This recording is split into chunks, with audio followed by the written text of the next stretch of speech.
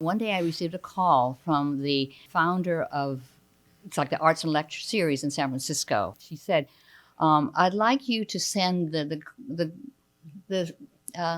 Krishna film to a friend. She didn't tell me who it was.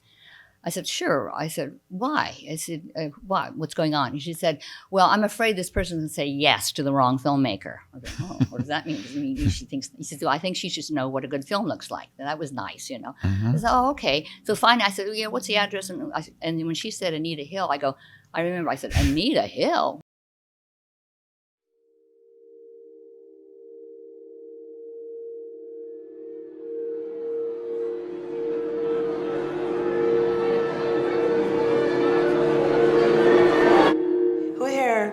Knows about Anita Hill? It's interesting. I mean, it did its full, when you make a film, you hope it goes the distance, you go to festivals and it gets picked up for theatrical and then it goes to television or cable and then it's available on digital downloads and then it goes around the world. I mean, so it's gone all that distance. Mm-hmm. So that was and in fact inspired the HBO movie Confirmation, starring Kerry Washington as Anita Hill. Mm-hmm. So, but they saw the film, the feature documentary, and loved it, and it went. So it's had its really full expression. Yeah. But what's really wonderful is #MeToo.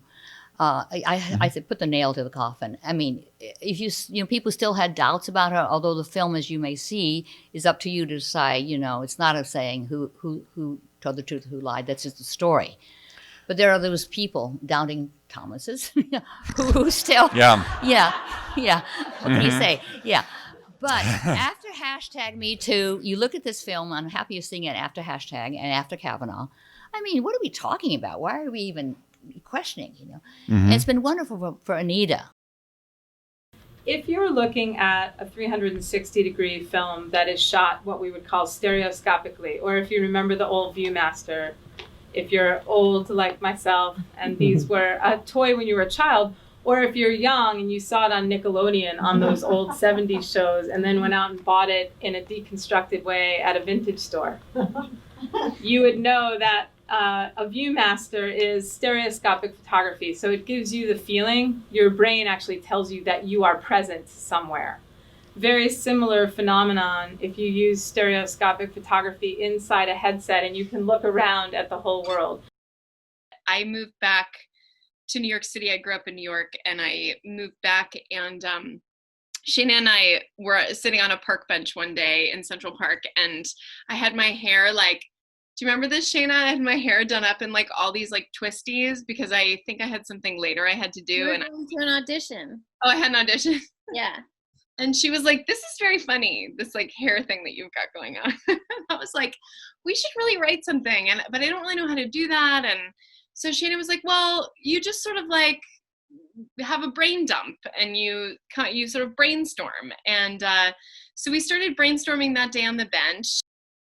I had made a previous film with one of our producing partners on the film called To Be Heard, and Amy Sultan. And she came to me one day and said, Deborah, I've met this amazing woman and we have to make a film about her. She told me her life story in kind of a nutshell. And she was so dynamic and such an expressive speaker. And I was really interested personally in the problems of artists as they age. I mean, I'm behind Audrey, but I'm getting there. And, it's, there are less and less, as you go on in the film industry, there are fewer and fewer older people. My cohort has gotten smaller and smaller. It's not a profession that's particularly friendly, I think, to older filmmakers, or to older women. And so I was really interested in the creative process and her as a person. Hi, everybody. I'm so pleased to be here with you in this very strange format because generally, as you all might know, seeing your own films in theaters, feeling the room is part of the experience. We can't actually sense each other so well. So let's have a good conversation and talk to some extent about your individual films, but also about collectively what you as women, as Indigenous women filmmakers, think about the nature of telling stories. And to my consideration, how films can affect change in the world. My name is Marie Clements, and I have a company called MCM, and it's really great to see everybody. Great to see you, Daryl and Jules. I don't know what I was expecting, but Zooms are so, interesting that way. So what a great surprise. I'm from the West Coast, and I have lots of family in the Northwest Territories. And really, Red Snow came, I was looking at a photo journalism, a bunch of pictures taken back in 2009 around the war in Afghanistan, and just felt that in certain angles, the indigenous people there looked similar to our indigenous people from the Americas, and was wondering what kind of dialogue these two peoples that came from ancient cultures and had survived so many wars, what that dialogue might be.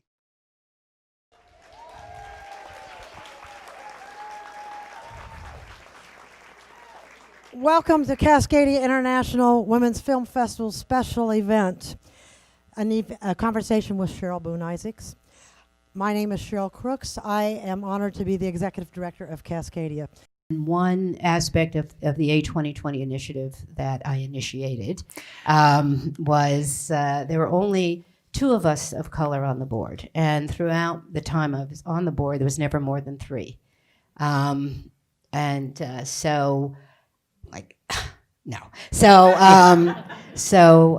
brought on Asian American filmmaker, female, who had won an Oscar, Jennifer Hugh Nelson, if any of you in animation.